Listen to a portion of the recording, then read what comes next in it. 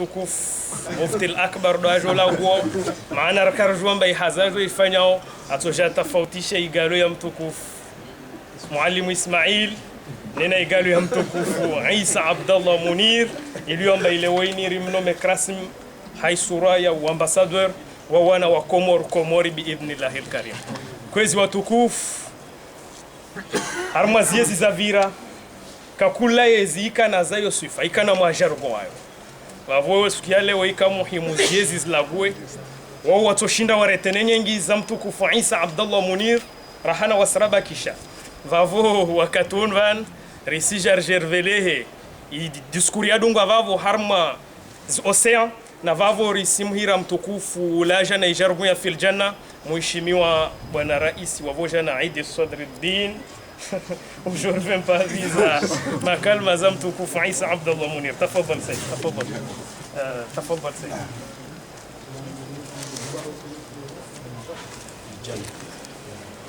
Jannah, Inch'Allah. Je m'en excuserai au départ parce que contrairement à mes frères passés, je ne parlerai pas en langue nationale. Pas que je ne déteste notre langue, je l'aime bien. Mais j'ai un principe selon lequel notre langue nationale, on ne l'oubliera jamais. Par contre, la langue de Molière et de Rousseau, on pourrait un jour l'oublier. Le prêcheur religieux Abou Bakr Siddiq radhiyallahu anhu disait un jour que celui qui fuit les honneurs viennent en lui. Honoré son Altesse Royale, Sa Majesté Docteur Salim Maïcha, onéreux doyen de notre communauté, mes chers oustas, chères sœurs, chers frères, l'honneur me choisit aujourd'hui pour vous parler de Mounir, de sa vie proprement dit. Mais comme l'avait dit mon oustaz Ahmad Aïssa, même si on l'avait donné 10 jours, cela n'aurait pas suffi pour parler de Mounir de façon précise. Si l'on m'avait donné 5 ans, cela n'aurait pas suffi pour parler de Mounir. N'en parlons plus que l'état-major m'a donné que 5 minutes. Je commencerai pour vous dire que j'ai connu Mounir dans le bureau de la ESCOS en 2010. Il était vice-président. J'ai été chargé des affaires académiques. Et depuis lors, Mounir est devenu un frère. Et Mounir, je l'ai connu dans cette communauté. J'ai compris à la fin que Mounir n'avait pas d'amis. Vous comprendrez, vous vous demanderez pourquoi je dis que Mounir n'avait pas d'amis. Mais je l'ai compris en fait que Mounir n'avait pas d'amis parce que à ses yeux, vous étiez tous, nous étions tous ses frères. Elles étaient ses sœurs. Donc Mounir avait cette qualité de dépasser ce cadre amical pour considérer tout le monde comme étant des frères et des sœurs. C'est l'une des qualités que j'ai requis chez Mounir. Mounir n'avait pas d'ennemis parce que même ceux qui étaient en confrontation avec lui, ils ont fini par comprendre que ce qui intéresse Mounir, ce n'est pas la personne elle-même, mais c'est la philosophie, c'est l'intérêt de la communauté qui prime. Donc, quelle que soit la personne qui est en contradiction avec Mounir, à la fin, ils se retrouvaient ensemble parce qu'ils ont compris ensemble que Mounir, ce qui l'intéressait, ce n'est pas la personne en tant que telle, mais c'est l'intérêt de la communauté elle-même. Mounir n'a jamais été dans le pouvoir. Je le dirai après qu'il a servi la communauté en tant que membre de quelque fonction, mais Mounir n'a jamais été dans le pouvoir. Mounir n'a jamais été dans l'opposition. Mounir était dans la ESCOS. Parce que ceux qui sont dans le pouvoir, ils ont une politique déterminée à défendre. Ceux qui sont dans l'opposition, ils ont des contradictions toujours avec le pouvoir. Mounir a toujours été dans les deux balances. Ni dans le pouvoir, ni dans l'opposition, mais Mounir a été toujours dans la ESCOS.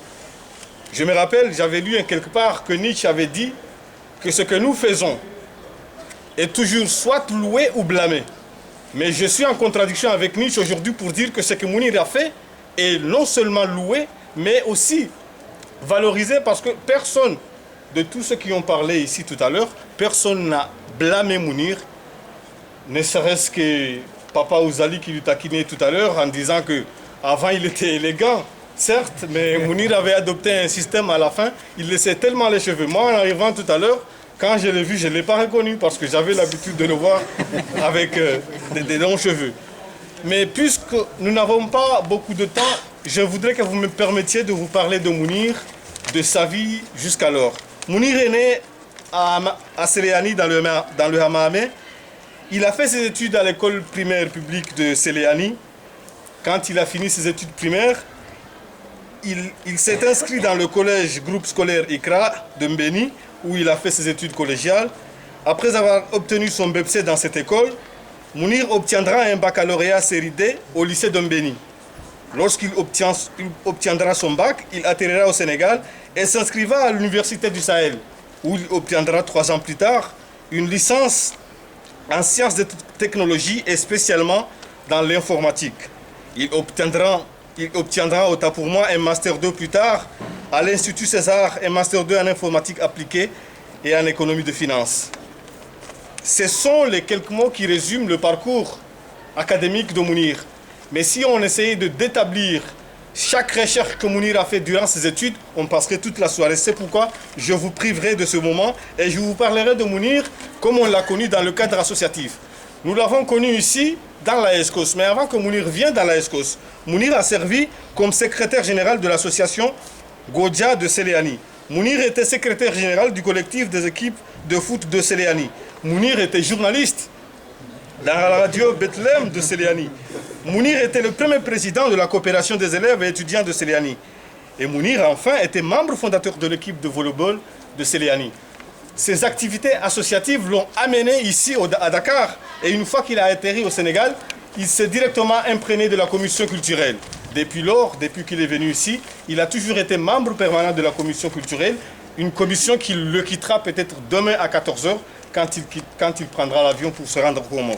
Mounir a été contrôleur général de cette association en 2008-2009. Mounir a été vice-président de cette association, de cette communauté comorienne de 2009 à 2010. Mounir était parmi ceux qui ont fondé le mouvement pour la Renaissance comorienne. Mounir aussi a été président de la commission culturelle.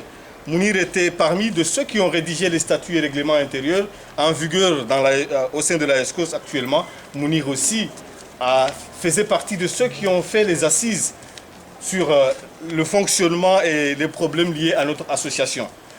Je m'arrêterai là pour ne pas paraître prolixe, parce que j'ai compris à la fin que Mounir a repris les mêmes mentalités qu'avait dit Frantz Fanon, que chaque génération a dans une relative opacité une mission, la remplir ou la trahir. Je crois que tout le monde est content et tout le monde est d'accord avec moi que Mounir a rempli sa mission ici au sein de notre communauté. Et j'espère et j'en suis sûr qu'il remplira cette mission au sein de la communauté comorienne qui l'attend au pays. Donc, et je vous remercie, Filjana, Inch'Allah.